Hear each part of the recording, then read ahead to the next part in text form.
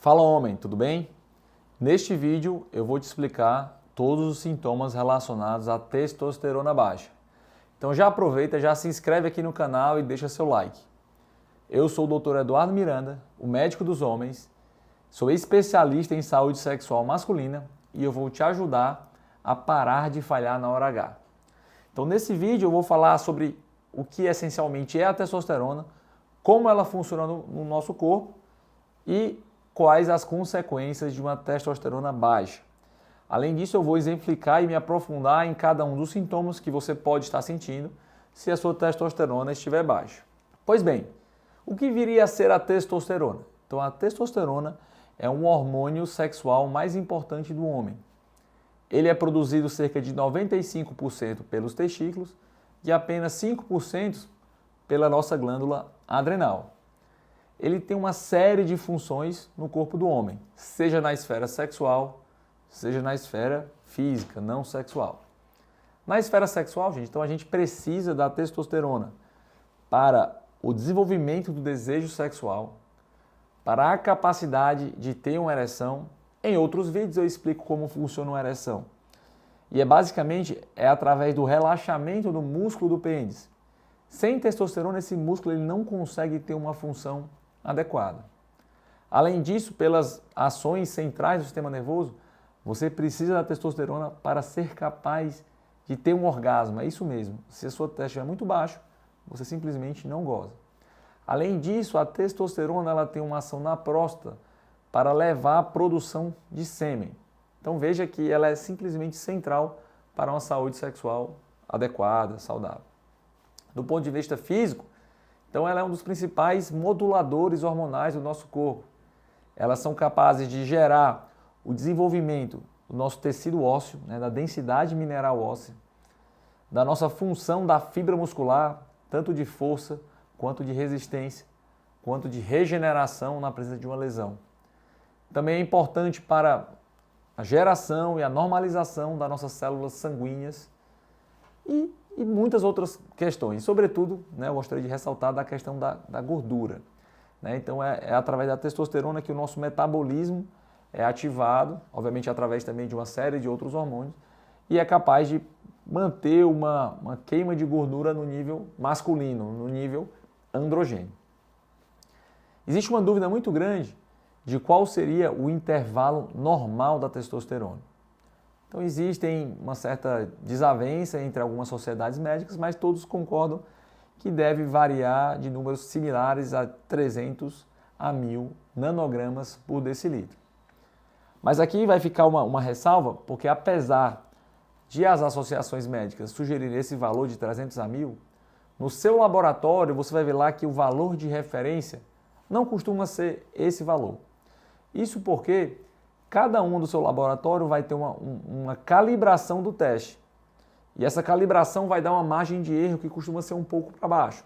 Então você vai pegar no seu laboratório o seu exame, você vai ver que lá para você de repente o normal é de 240 a 920, ou de 320 a 1100. Isso vai variar de cada laboratório. Então, ao ver um exame de sangue, o importante é que você tente ver o nível de referência do seu laboratório. No entanto, se esse laboratório estiver muito distante desse valor de 300 a 1000, isso é um sinal de qualidade, ou seja, que a qualidade do exame não é muito boa. Além disso, existem diferentes técnicas de medida da testosterona. A mais recomendada e a mais fiel, fidedigna, é a chamada de cromatografia líquida com espectrometria de massa. Ela é capaz de forma mais acurada prever, medir a sua testosterona com a variabilidade mínima. No Brasil, os testes mais amplamente disponíveis são feitos através de quimioluminescência.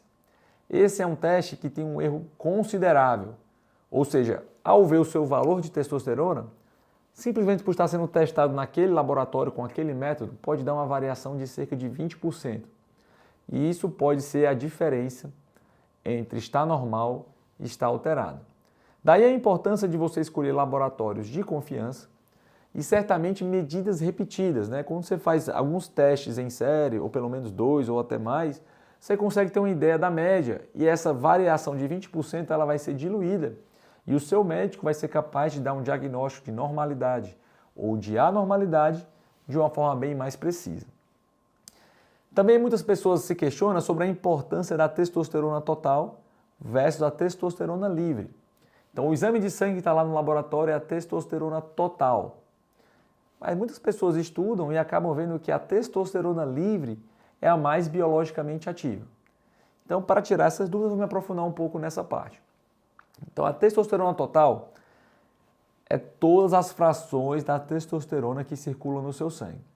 Existe uma fração que está ligada a SHBG, né, que é a globulina carreadora de hormônios esteroides. Existe uma parte que está ligada à albumina, que é outra proteína plasmática do nosso sangue. E existe uma parte que está livre. Certamente você tem razão se você pensa que a testosterona livre é a mais biologicamente ativa, correto? No entanto, a testosterona que está ligada à albumina é uma ligação fraca, ou seja, num cenário de uma deficiência, essa testosterona ela pode se soltar, ficar livre e ser utilizada no seu tecido. Então, alguns laboratórios também trazem o termo da testosterona biodisponível, que é a combinação da sua testosterona livre com a sua testosterona ligada à albumina. A testosterona ligada a SHBG é uma ligação, digamos assim, muito estável e muitas vezes ela não pode ser utilizada pelos tecidos. A grande questão da testosterona livre é porque a sua dosagem direta ela é muito difícil. Na verdade, existe um método que é capaz de fazer essa medida, que é a diálise de equilíbrio, que é um método que é indisponível no Brasil e em vários locais do mundo. Então, na verdade, quando alguém vê a sua testosterona livre, não é uma medida direta do seu sangue. Ele pega a testosterona total, ele pega o SHBG e a albumina e faz um cálculo para gerar uma testosterona livre calculada. Alguns guidelines, algumas diretrizes médicas recomendam que você faça essa avaliação e eu acho que ela é válida sim. Porém, também é possível, muito viável, que você faça o seu acompanhamento só com a testosterona total. Porque a testosterona total, se ela estiver baixa, a testo livre também vai estar baixa. A questão, né, a crítica a você usar só a testosterona livre, é porque ela é calculada a partir de uma testosterona total, que eu acabei de falar que tem uma grande variabilidade. Ou seja, quando você parte para subdivisões dessa em um cálculo matemático, esse erro pode ser ainda maior. Então, tá certo quem usa só a testosterona, tá certo quem faz a combinação racional dos dois, mas o ideal mesmo a gente sabe, e eu espero que no futuro a gente seja capaz de dosar diretamente em todo mundo a testosterona livre, que é a que é realmente a mais importante. E quais seriam as consequências de uma testosterona baixa no seu corpo? Então, meu amigo, geralmente ela traz uma série de sintomas muito graves em diversos órgãos e sistemas, na esfera sexual, na esfera física e até na esfera mental.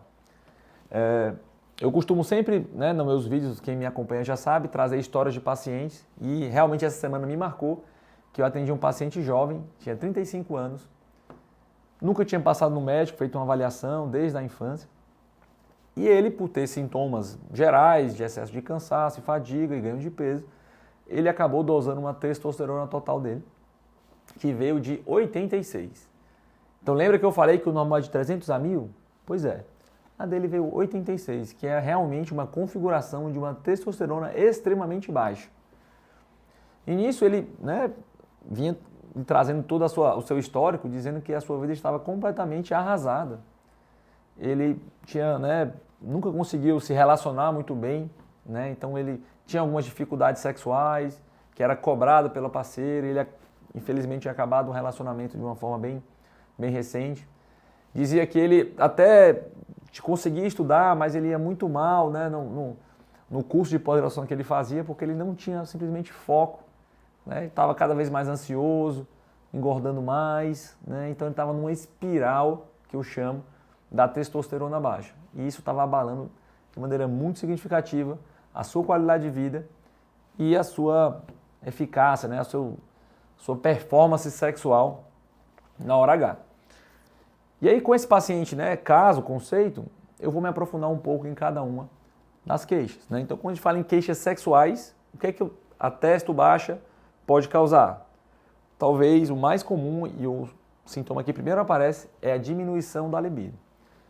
Só que a gente tem muito cuidado nesse quesito, né? Porque a diminuição da libido ela é uma queixa muito comum em diversos outros cenários. E aí cabe ao médico tentar delinear se aquela testo está baixa por causa da testosterona ou por outras causas, né? Então fiquem bem ligados a isso. Então também associado abaixo da libido, que é talvez a primeira que aparece, a gente vai ter a perda das ereções espontâneas, a perda das ereções matinais e quando ela está bem baixa, a própria disfunção erétil. Então esse é um conceito que eu gostaria de tirar.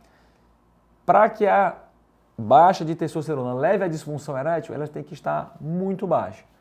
Quando ela está em níveis limítrofes, ela acaba dando baixa libido, baixo interesse, e aí o paciente fica menos responsivo ao interesse, mas não a um problema de ereção ligado diretamente.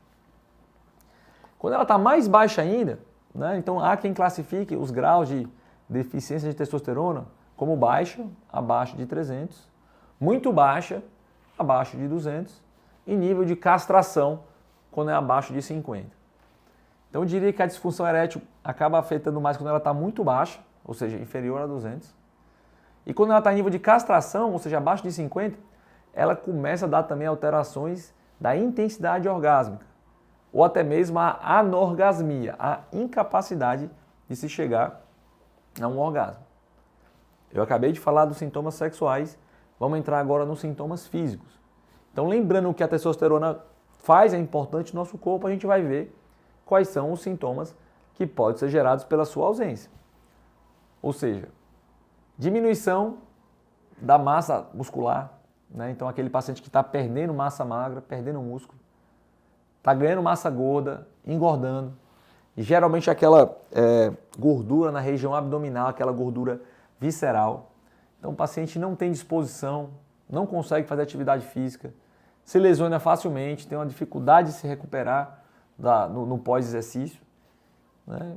Sem contar que pode haver também sintomas da esfera comportamental. Então, muitos pacientes com a testosterona baixa, e aí geralmente ela tem que estar muito baixa também, começa a ter uma sonolência excessiva, e obviamente tem que ser feita uma avaliação dessa sonolência. Não é só porque o paciente dormiu mal que está sonolento. É uma sonolência que costuma ser uma sonolência vespertina. Aquele sono absurdo que dá depois do almoço é muito específico, ou seja, quem tem esse sono característico geralmente precisa ver a sua testosterona porque pode ser uma das causas. Cansaço excessivo e também deve ser visto, né? Porque hoje em dia todo mundo está sempre muito ligado e trabalhando muito, então você tem que realmente ver se esse cansaço ele é secundário ao decorrente do excesso de trabalho ou é um cansaço em demasia. O paciente começa a ficar mais mal-humorado, né? Mais impaciente, até por vezes agressivo. Outra possibilidade também, além dessa divisão de sintomas, né, por órgão e sistema, sexual, físico e comportamental, existem aqueles sintomas relacionados àqueles graus mesmo da deficiência hormonal. Sintomas mais iniciais, moderados e mais graves. Por aqueles níveis que eu falei para vocês, níveis de castração, muito baixos e baixos. Os sintomas mais iniciais, eles costumam ser mais inespecíficos e muitas vezes demoram anos para ser percebidos. Como eu já falei, a diminuição da libido, diminuição do vigor, aumento do cansaço, falta de energia, aumento da gordura. Em níveis intermediários, a gente vai falar níveis mais aprofundados, né, de alteração de humor, como melancolia e até depressão. Uma alteração sexual mais considerável, ou seja, a disfunção erétil propriamente dita. Alterações corporais significativas, né, uma caquexia, né, a perda da massa muscular, uma chamada também de sarcopenia. Será caquexia, né, um estágio mais avançado da sarcopenia. E quando sai em níveis bem mais graves, né, em níveis de castração, aí realmente é a tragédia humana na Terra. Nós estamos falando aí de alterações hematológicas graves, então pacientes costumam ter anemia profunda. O paciente pode ter osteoporose, né? Então os ossos ficam ralos, quebradiços. E a gente sabe que em pacientes idosos a osteoporose, né, predispõe às fraturas, e as fraturas estão entre as principais causas de morte na população idosa. O paciente tem aquela perda de pelos, né? Então realmente ele fica ele perde um pouco assim, né, daquela aparência de saúde, né, fica com a pele um pouco mais pegajosa, né, perde aquele brilho, a pelificação da pele. Fraqueza extrema, o cara realmente fica deitado na cama. Isso é muito importante na população idosa, né, que tem aquele conceito do idoso frágil. Então, pacientes idosos com a testo muito baixa, eles ficam numa condição, eu diria, deplorável, né? Então, veja, gente, como a questão hormonal, que é uma coisa facilmente identificável e tratável, pode ter um impacto tão profundo e alterar, né, o estilo de vida, até a longevidade das pessoas. A gente sabe que a testosterona é um marcador de saúde. Se você chegar em populações mais idosas e dosar a testosterona, quem tem a testo mais baixo vai acabar morrendo mais cedo. E me responde aí, quando você estiver na terceira idade, como é que você quer estar nessa lista? Quer estar com a testo normal ou com a testo baixa? Então, gostou desse vídeo? Então, mais uma vez eu peço para contribuir com o nosso trabalho, deixe o seu like, acompanhe nossos comentários, acompanhe nossos vídeos, deixe seu comentário aqui. Você já teve testosterona baixa? O que é que você sentia? Fale um pouco aqui para nós. Lembrando, eu sou o Dr. Eduardo Miranda, o médico dos homens, urologista e andrologista, especialista em saúde sexual masculina. Queria te convidar também para seguir meu perfil no Instagram, que é o @omédicodosHomens, onde todo santo dia eu abro caixinha de perguntas e eu respondo pessoalmente para vocês para tentar contribuir para uma maior disseminação da saúde sexual masculina. Era isso que eu tinha para falar. Até o nosso próximo vídeo.